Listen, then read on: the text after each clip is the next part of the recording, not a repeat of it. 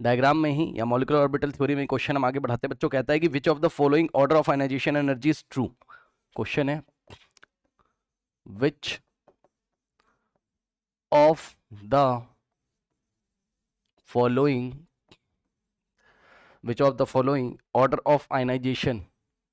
order of ionization energy is true।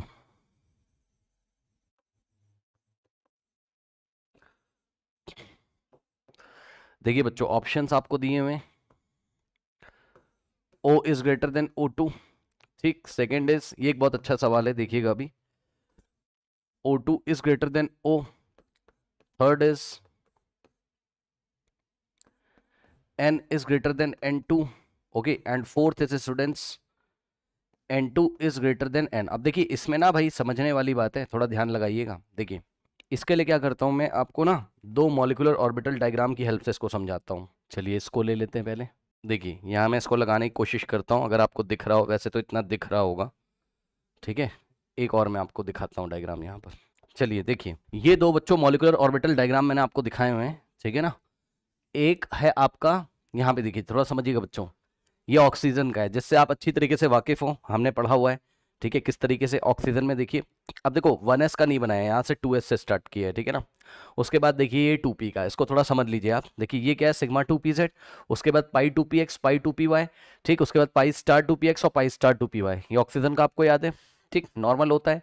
और nitrogen में क्या होता है, ये सिग्मा 2pz ऊपर आ जाता है, पाई 2px, पाई 2py नीचे आ जाते हैं, ठीक है, sp मिक्सिंग हो जाती है, ये आपको पता है बहुत अच्छी तरीके से। अब थोड़ा समझिएगा, उसने आपको सवाल क्या दिया, which of the following order of ionization energy is true.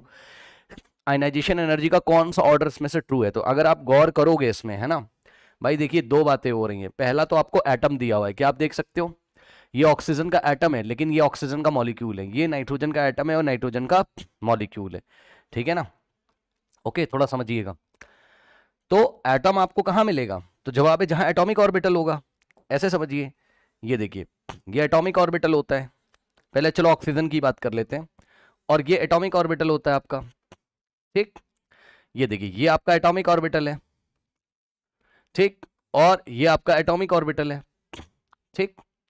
और ये सब आपके जो यहां दिखाए हैं, ये क्या आपके बताइए, मॉलिक्यूलर ऑर्बिटल है, ठीक है।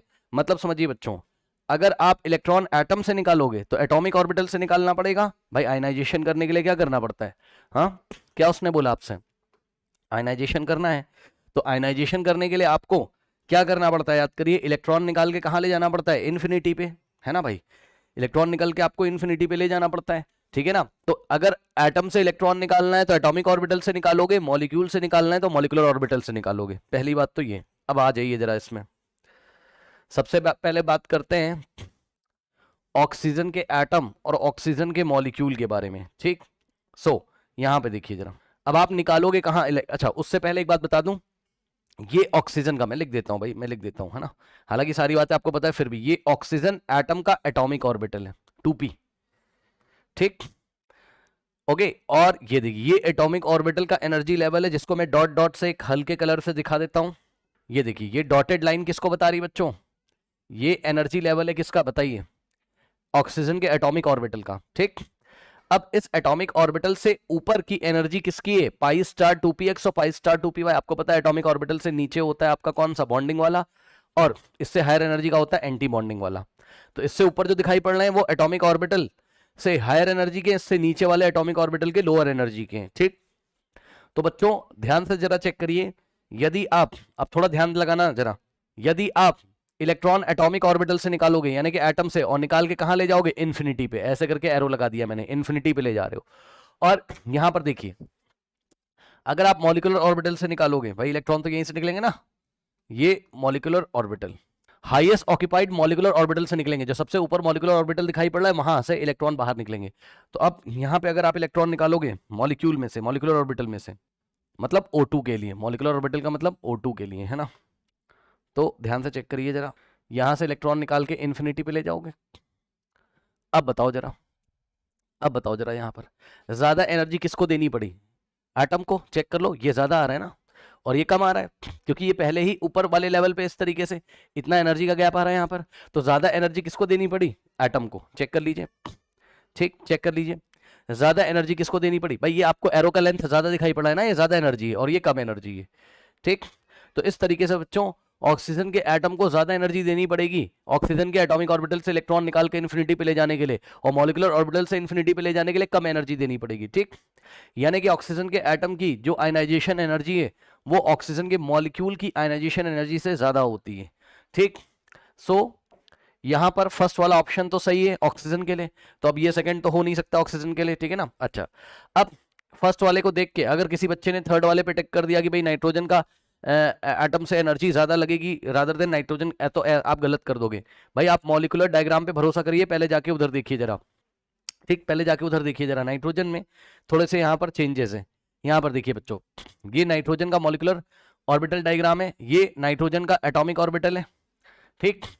तो ये नाइट्रोजन के एटम के लिए बनाया गया है 2p3। और यहां पर देखिए बच्चों, इस लेवल को देखिए, इस लेवल से नीचे है क्या? इस लेवल से नीचे इस बार मॉलिक्यूलर ऑर्बिटल में इलेक्ट्रॉन भरे गए हैं, अगर आप ध्यान से चेक करोगे तो ये आपका क्या है? ये मॉलिक्यूलर ऑर्बिटल है जहां से आपको इलेक्ट्रॉन निकालना है नाइट्रोजन मॉलिक्यूल के। अब आप चेक कर लो, यहां से देखिए, ये ले गए हम इन्फिनिटी पे एटॉमिक ऑर्बिटल से, और ये मॉलिक्यूलर ऑर्बिटल से अगर आप इन्फिनिटी पे ले जाओगे, अब बताओ बड़ा एरो किसका आ रहा है? ज्यादा एनर्जी किसको देनी पड़ रही है? मॉलिक्यूल को। चेक कर लीजिए, ज्यादा एनर्जी किसको देनी पड़ रही है? मॉलिक्यूल को। तो इस तरीके से नाइट्रोजन का जो मॉलिक्यूल है उसका आयनाइजेशन एनर्जी नाइट्रोजन के एटम से क्या हो जाएगा? आपका ज्यादा हो जाएगा। बात समझ में आई? तो बिना देखे आपको इसमें कुछ नहीं करना है, ओके। और एक चीज मैं आपको थोड़ा सा और बताना चाहता हूं, अगर कहीं पुराने डायग्राम मैंने ऐसे बनाए हो जिसमें थोड़ा ऊपर नीचे हो गया हो, इसीलिए आज मैं इसकी पिक्चर ले आया हूं, थोड़ा गौर करिएगा। एटॉमिक ऑर्बिटल से नीचे होता है आपका मॉलिक्यूलर ऑर्बिटल, कौन सा? बॉन्डिंग वाला। और एटॉमिक ऑर्बिटल से ऊपर एनर्जी होती है किसकी? एंटी बॉन्डिंग की। ये देखिए, एटॉमिक ऑर्बिटल के लेवल से नीचे होता है बॉन्डिंग वाले का, और इससे ऊपर एनर्जी होता है किसका? एंटी बॉन्डिंग का। इस बात का आपको हमेशा ध्यान रखना है, आप कहीं पर भी उठा के देख लीजिए। तो अगर मेरे से कहीं बनाने में गड़बड़ पीछे हुई होगी तो उसमें आप सावधान रहिएगा, आप उसको देख लीजिएगा किस तरीके से। ये एटॉमिक ऑर्बिटल का एनर्जी लेवल है, इससे नीचे ये देखिए, इससे नीचे क्या है? मॉलिक्यूलर बॉन्डिंग ऑर्बिटल, और इससे ऊपर क्या है? Anti bonding molecular orbital. इस बात का आपको ध्यान रखना है, ये बात मैंने आपको कॉपी में लिखवाई भी है। तो आई थिंक बच्चों ये क्वेश्चन आपको बहुत अच्छी तरीके से समझ में आया होगा, इसीलिए मैंने यहाँ डायग्राम में ले आया। अच्छा, एग्जाम में क्या पूरा बनाओगे? नहीं, पूरा नहीं बनाना है आपको, केवल 2p से बना के चले जाना है। इतना तो आपको प्रैक्टिस मैंने कराई है, केवल 2p से बना के आपको जज कर लेना है, नीचे 2s का कोई मतलब ही नहीं है, ठीक है। 2s तो वैसे ही, इसको आप छुपा दोगे तब भी आपका क्वेश्चन हो जाएगा। तो 2p से आप इसका क्वेश्चन कर लीजिएगा। आई थिंक आपको मेरी बात समझ में आई होगी, ठीक है स्टूडेंट्स।